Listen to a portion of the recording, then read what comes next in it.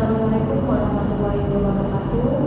Di sini saya akan memaparkan atau mempresentasikan stasiun tracer yang dimana sebelum saya memasuki alur dari stasiun tracer ini ada aspek-aspek yang harus diperhatikan pada pemaparan stasiun tracer ini.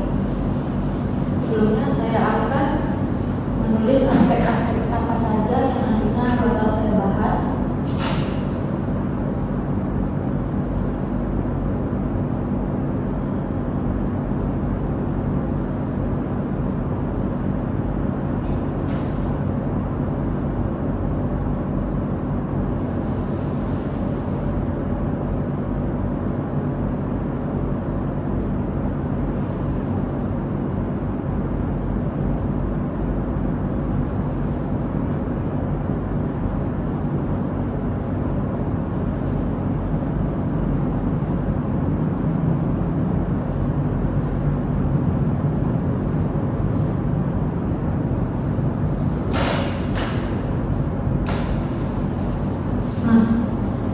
Ini aspek-aspek yang harus perlu kita perhatikan pada saat nanti saya akan membahas alur dari stasiun tracer ini. Sebelumnya saya akan menulis alur dari stasiun tracer.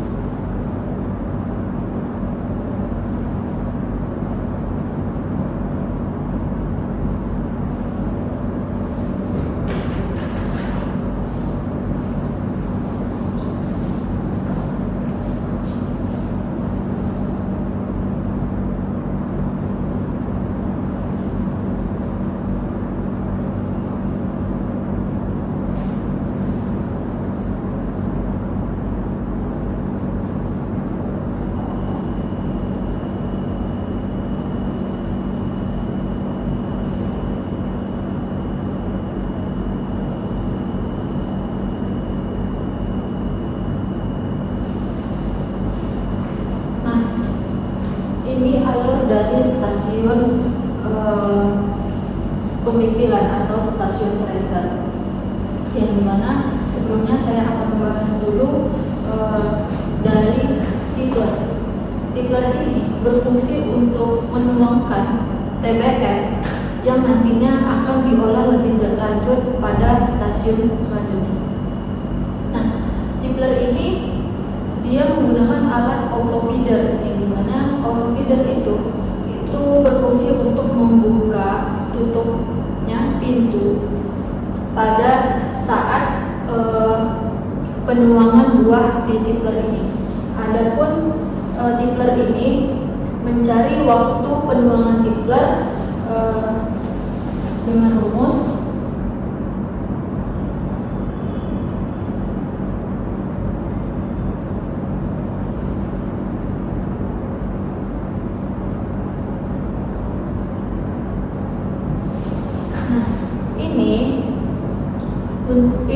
rumus mencari waktu penuangan dari tipler tersebut.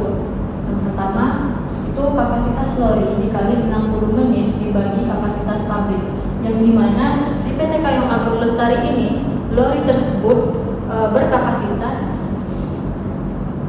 ton dikali 60 menit dibagi kapasitas pabrik yaitu 90 ton per jam.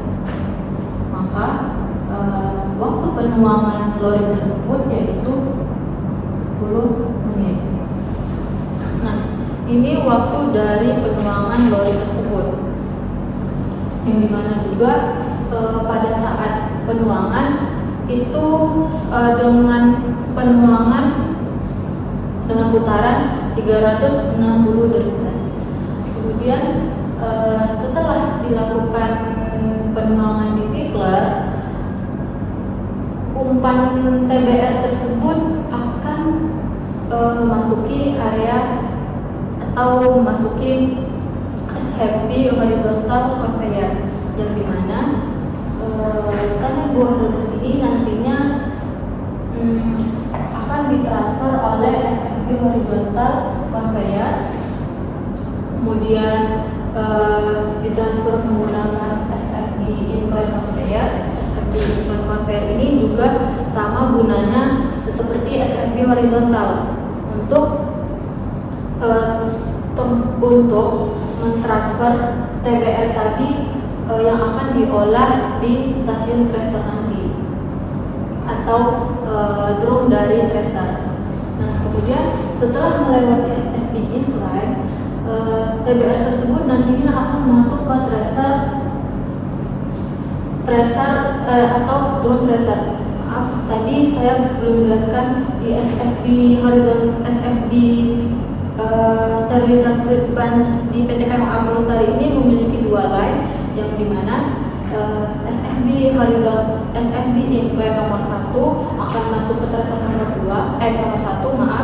ke SFB incline nomor 2 akan masuk ke tracer nomor 2. Nah, di sini saya akan menjelaskan fungsi dari tracer tersebut.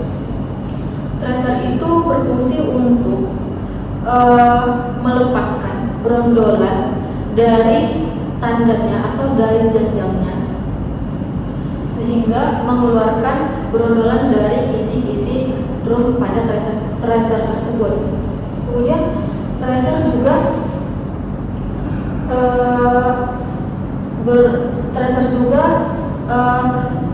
kecepatan dari tracer ini, untuk mengetahui kecepatan dari tracer ini saya menghitungkan dengan rumus M.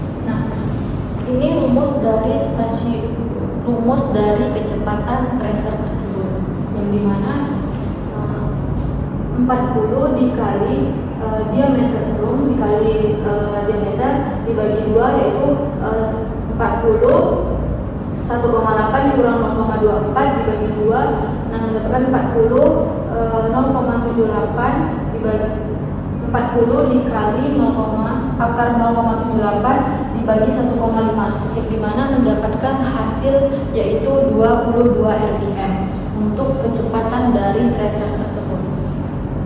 Kemudian pada saat dilakukan pembantingan di tracer ini, yang seperti kita tahu drum tracer itu kan dia dengan cara berputar untuk menghasilkan atau mendapatkan brondolan yang akan lepas dari tandanya. Kemudian di sini saya akan menggambarkan juga alat dari tracer tersebut.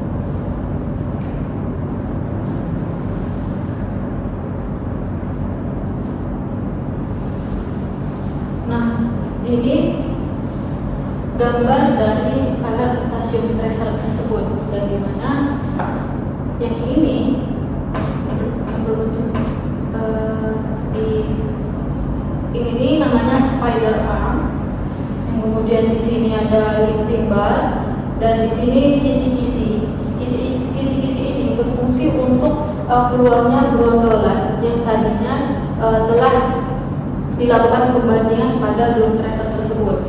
Kemudian ini main shaft ini berfungsi untuk penggerakan dari gearbox beserta kopling tersebut. Elektromotor ini fungsinya untuk motoran yang menggerakkan pada drum tracer tersebut. Kemudian ada gearbox, juga salah satu set dari penggerakan mesin tersebut.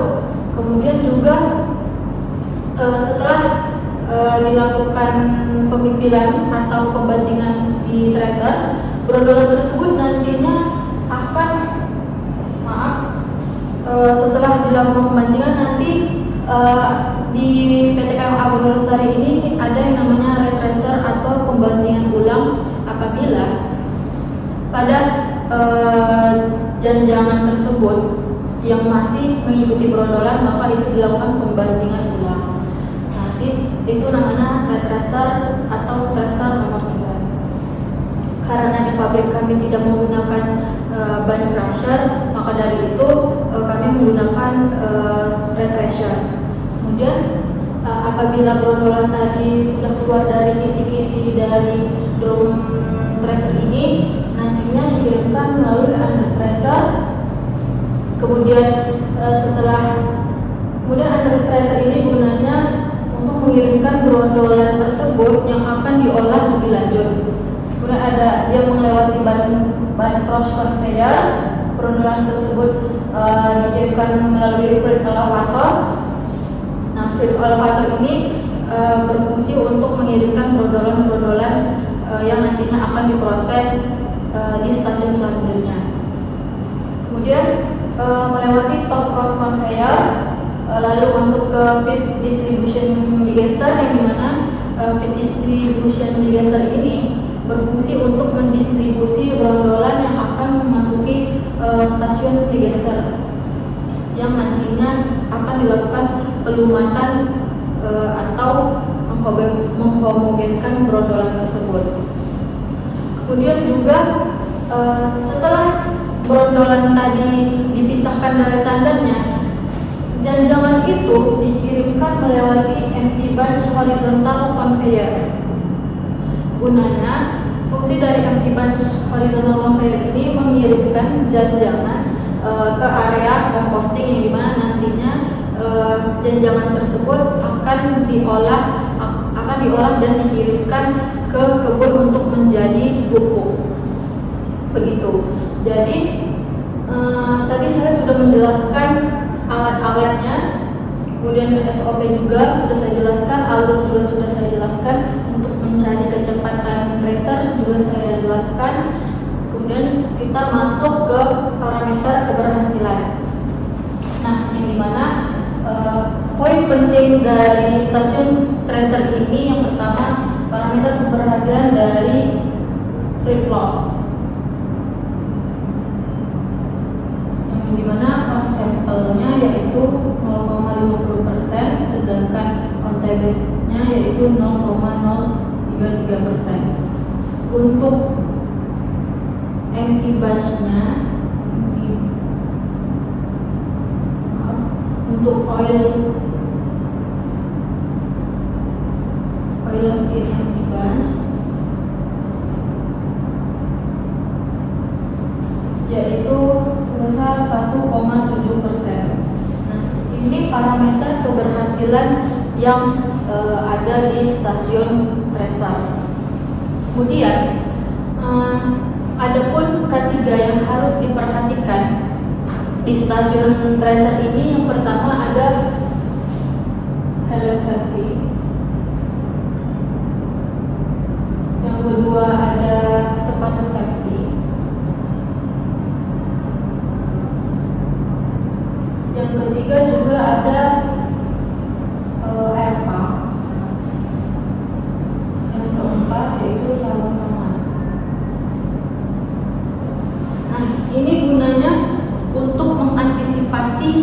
dari kecelakaan kerja. Maka dari itu K3 ini wajib digunakan oleh operator stasiun tracer tersebut atau karyawan dari stasiun tracer tersebut. Adapun troubleshooting di stasiun tracer ini, yang pertama, sering terjadinya penyumbatan pada kisi-kisi drum tersebut dikarenakan BCR di PT KAI Agung Lestari itu kan kecil, kurang dari 10 kilo atau jadi sering terjadinya jangan-jangan itu tersumbat di kisi-kisi tracer. Untuk cara menanganinya, operator tracer ini harus wajib membersihkan pada area kisi-kisi di dalam tracer tersebut, sehingga nanti akan berjalannya dengan lancar pada saat operasional stasiun tracer tersebut. Kemudian sering terjadinya pisau pelempar itu patah dikarenakan banyaknya umpan yang masuk ke dalam drum tracer. Kemudian juga pada gear di drum ini juga selalu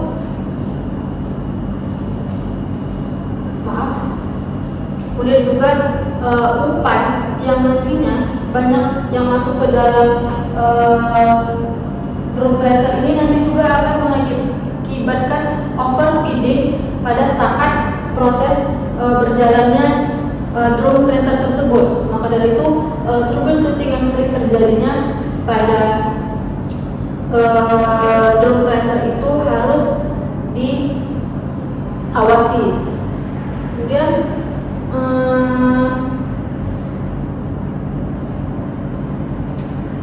selain itu juga troubleshooting yang ada di tracer ini